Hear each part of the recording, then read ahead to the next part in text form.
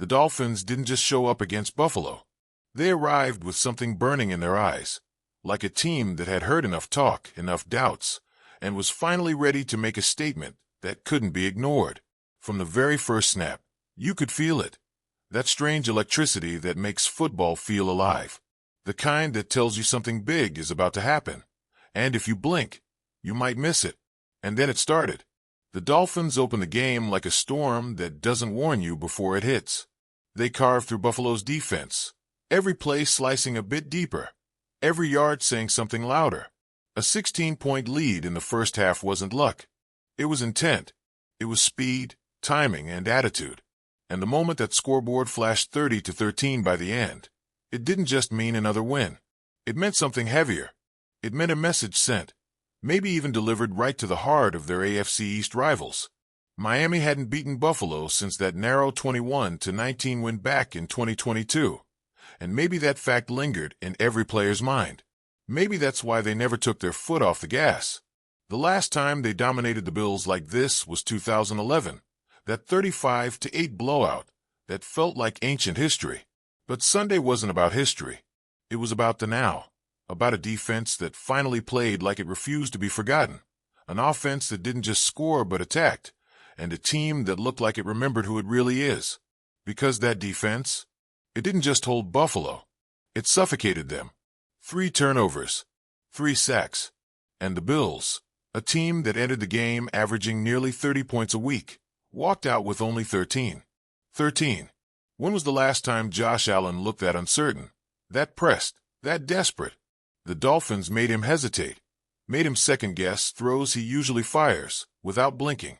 Every snap, there was a flash of teal and orange closing in on him, forcing him to move, to think, to flinch.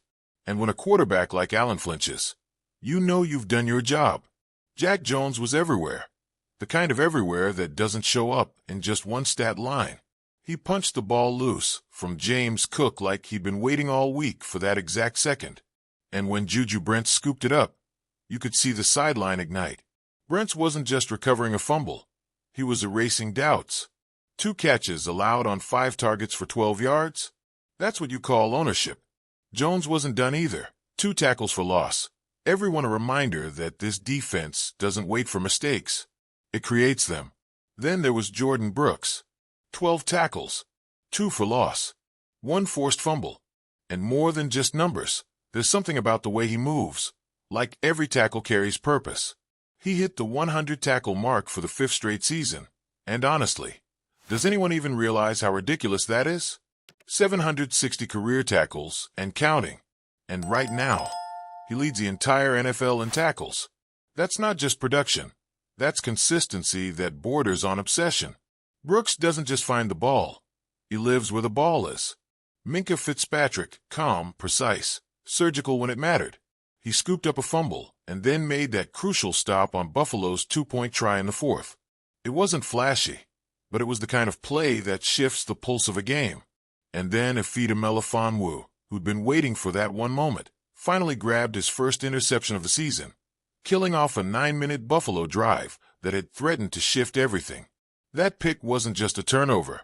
It was a statement of patience and timing, and it kept Buffalo scoreless through 3 full quarters. By the time they finally got on the board, their 8th possession, it didn't even matter. Miami's defense had already done the heavy lifting. Zach Sealer finally got his first sack of the season, a hit that looked like months of frustration channeled into one perfect collapse of the pocket. Willie Gay added one of his own, and Bradley Chubb, he looked possessed. 3 sacks total for the team, and Chubb alone registered 10 quarterback pressures, the most in the league that week. 10. You can't fake that kind of dominance in the trenches. And speaking of trenches, Miami's offensive line deserves a quiet kind of applause. The type you give when you realize how rare it is for Tua Tagovailoa to walk off the field untouched. Not a single sack allowed. That's not just protection. That's trust being built, snap after snap. For the 3rd time this season, they held the defense completely without a sack. Not many teams can say that. Not many quarterbacks can play that loose, that free. When Tua plays free, he's dangerous. 2 touchdown passes, smooth, clean, efficient. The first one reminded everyone why his rhythm is lethal. The second, though, that 38-yard laser to Jalen Waddle, that was something else. The throw cut through the night air like it belonged there, and when Waddle pulled it in, it felt like everything Miami's offense had been trying to be came together in one perfect instant. That was Tua's third touchdown pass of at least 35 yards this year, putting him among the league's best in explosive plays. And Waddle, he's been quietly catching fire.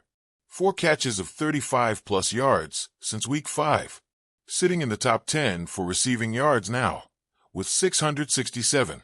But it's not just the numbers, it's the way he moves after the catch. The way the crowd reacts when he hits that stride, and the defense looks suddenly smaller. You can feel the shift when he breaks free. It's like the whole stadium leans forward at once. Still, if we're talking electricity, it's impossible to ignore Devon Achane.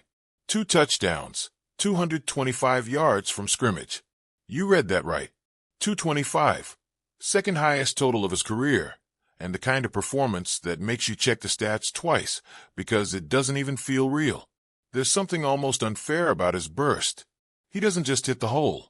He explodes through it, turning ordinary plays into highlights before the camera even adjusts focus. 5 rushing touchdowns this season now, and the history books whisper his name alongside legends, Abner Hayes, Roger Craig. Only 3 players have ever opened their careers with at least 5 rushing and 3 receiving touchdowns in each of their first 3 seasons. That's not a coincidence. That's something bigger unfolding, right in front of us. Miami's ground game looked alive. 197 rushing yards, their highest of the season. In their last 3 games, they've racked up 425 yards total, 6th most in the league over that stretch. When a team starts to run like that, it changes everything. It changes how defenses react, how coverages shift, how Tua gets to play with rhythm. The Dolphins have become unpredictable again, and that's the scariest version of them. Zach Sealer, marking his 75th career start, quietly anchored that defensive line like a veteran who doesn't need flash to prove his worth. Every push he made, every pocket he collapsed, added weight to the performance. There's something steady about him, that rare kind of presence that keeps everyone around him sharper. And yet, what made this win hit different wasn't just the stats or milestones. It was the energy, the sense that this wasn't just about beating Buffalo. It was about reclaiming something, maybe confidence, maybe identity, maybe both. Because when you look across that sideline and see a team that's beaten you, that's mocked you, that's claimed your division again and again, and then you finally take them apart piece by piece, that's personal. This was a statement of grit and pride, the kind of win that leaves bruises, not just physical ones, but the kind that linger in the minds of the opponent. Buffalo's offense, usually humming, looked frozen at times. Josh Allen's body language told the story long before the final whistle. The frustration, the forced throws, the silent acceptance that this one was slipping away. Miami played like a team that's tired of the same narrative. No more talk of inconsistency. No more questions about toughness. This was control from start to finish. Not perfect, but pure. Every unit contributed. Special teams pinned Buffalo deep, flipped field position when it mattered, and played their role without error. You can't always see it on the stat sheet, but the rhythm of the game was shaped by it. It wasn't just about points, it was about attitude. About how the Dolphins looked at the Bills and refused to blink. About how they took every drive personally. About how, after every hit, they stood taller, louder, more certain. And maybe that's the thing that separates this win from the others. It wasn't just about execution. It was about emotion, about the collective heartbeat that you could almost hear under the roar of Hard Rock Stadium. You could feel it when the defense lined up on 3rd down, crowd swelling like a wave, everyone knowing something was coming. You could feel it when a chain broke that second touchdown, the sound collapsing into chaos. You could feel it in the players' faces, that realization that for all the talk, all the analysis, all the predictions, it always comes down to who wants it more. Miami wanted it more. Every tackle, every block, every pass said it. This wasn't just a Sunday win, it was a declaration.